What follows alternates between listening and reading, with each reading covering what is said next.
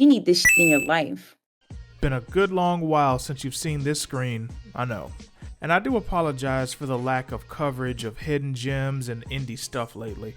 I mean, the last unsigned hype I did was back in friggin' January, and it's almost the end of May. So to make up for that, I'm gonna start working through this nice big old stack of comic books and manga right here. And this isn't even counting my digital collection. And with that out of the way, let's get into the meat and potatoes of today's episode of Unsigned Hype, Clock Striker. Clock Striker is an American-made manga by Frederick L. Jones and Isaka Galadima. Forgive me if I'm mispronouncing either of those names. It spent the past few years as part of the Saturday AM lineup. If you've never heard of Saturday AM, it's a Western-based manga company that specializes in stories written by a diverse array of people from all around the world. So Clock Striker's in good company. Clock Striker is an action-adventure shonen in the same vein of classics like One Piece and Naruto, and follows the lovable and energetic Cast as she embarks on her journey to become a smith. In Cast's world, smiths are powerful and respected warriors who mix hand-to-hand combat with engineering. Love that steampunk tech, by the way. Unfortunately, Cass has a long road ahead of her, as women don't typically become smiths, much less ones missing a hand like she does. But her can-do attitude and determination are enough to power her through just about any obstacle. And if that doesn't work, then her handy gauntlet will do the trick. And this thing really can do everything. It's kinda busted, low-key OP. I mean, it's basically a mini laboratory sitting on her wrist. I read the first few pages of Chapter 1 back on Sadam's website a couple years ago, but the entire first volume is available in graphic novel form right now. I'm currently 2 chapters deep, and even though it's still early on, I definitely feel like this was worth the buy. We meet Cass as an apprentice, or striker, to the mysterious Philomena clock, and right off the bat we're treated to some intense manga action. This art is full of character and personality, with a great command of action and comedy. Sequential art isn't easy to pull off, regardless of whether you're going for more of an Eastern or Western style, and some Western manga struggle to combine elements of both in an effective way.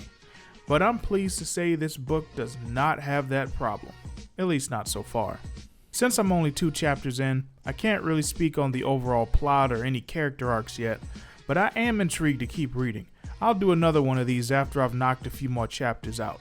And if you've read Clock Striker, definitely let me know how you're feeling about it in the comments. No spoilers though.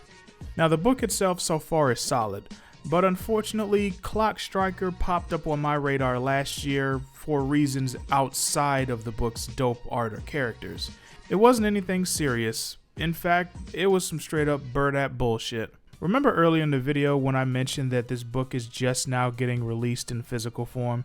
Well, last year's release was promoted by manga creator and co-founder of Saturday AM, Odunze, aka White Manga. He did this by making a tweet thread hyping up the book, with a lead tweet that read, "Shonen manga's first black female protagonist is here."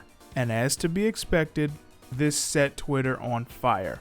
I remember because, unfortunately, I witnessed all this madness unfold in real time. White Manga himself weighed in video form, which I'll link below in the description. But in my opinion, this whole thing was just weird. Gatekeeping by arbitrary means, and often pushed by bad actors with bad faith arguments. This just hits on so many levels. First of all, as to be expected, we got a lot of "it's not manga if it's not from Japan" getting thrown around, which is an idea that I've never gotten down with. If you personally make a distinction between Japanese manga and Western manga or manga-style Western comics, that's completely fine with me.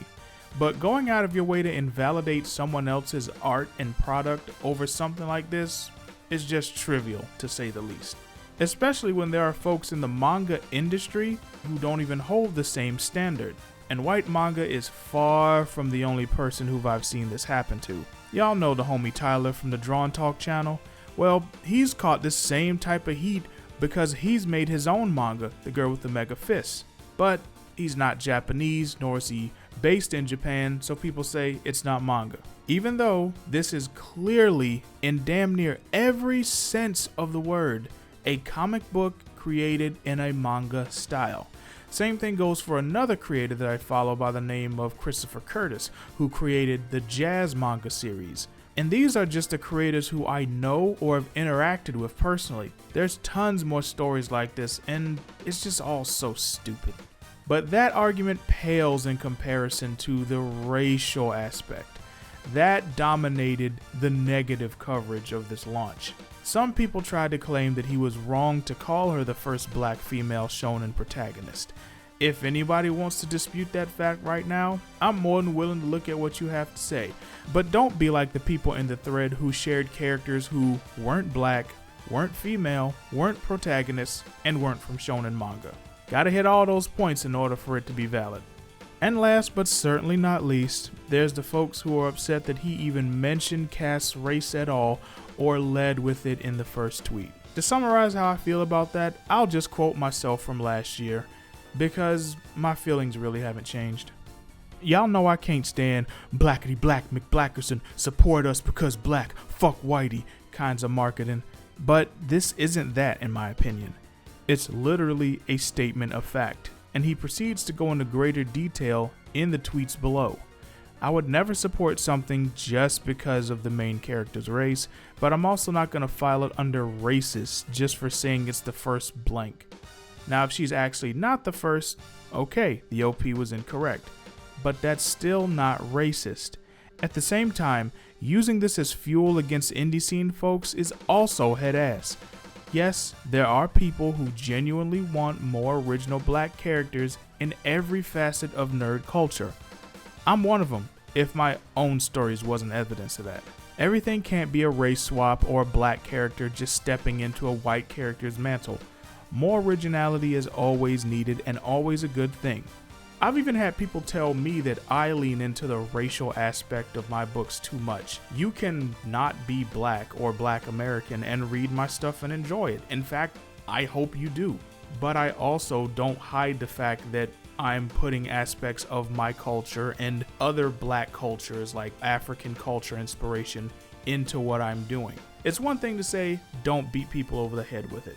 But to tell someone that they can never mention it ever, I'm sorry, but that's just another arbitrary line drawn in the sand. Cause I'll tell you what, like my name was Hank Hill. The amount of people who tell me that I'm doing too much in that regard, they pale in comparison to the people who tell me that they are so glad that I did make characters like this. People who notice that I go the extra mile to design my black characters with natural hair textures. It's kind of just one of those things that if you know, you know. If you get it, you get it. And if you don't, that's okay, because there's plenty of other stuff for you to enjoy. If you have no connection to black people at all, there's more than enough for you to enjoy. But for the people who do care about representation and diversity of black folks, there's a lot for you to enjoy there too. And to bring it back around to Clock Striker, it's the same thing here. You can read the book and have no connection to black folks at all and still have a fantastic time. But if you do care about that type of stuff, then there's a little something extra in there for you. And to drive that point home, I'm gonna let the man speak for himself. Again, if you want to see the whole video, it's linked in the description. And with that being said, that's all from me today. Thanks for watching and listening. I'm Animaine, and I'll talk to y'all later. Deuces. Because here's the point. What's more important than these arguments is actually the critical response of the series, like the story and the art and all of that, like a critical response, as well as commercial response, where people support it because they like it critically. Hopefully it translates to being a commercial success as well. There are other things, but those are the two up there things that matter, more so than whether somebody calls it a manga or a comic or a manhwa or a whatever.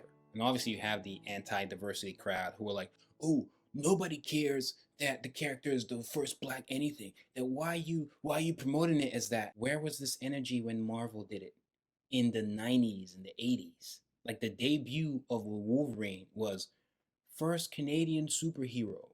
And that's the Wolverine. Why did you have to say it? Why not have the tweet be about the story? Well, people do care about the fact that it is the first black female lead. Mind you, this is all after all the first attacks don't work. Now it's about, oh, this doesn't even matter anyways. Well, it does, clearly.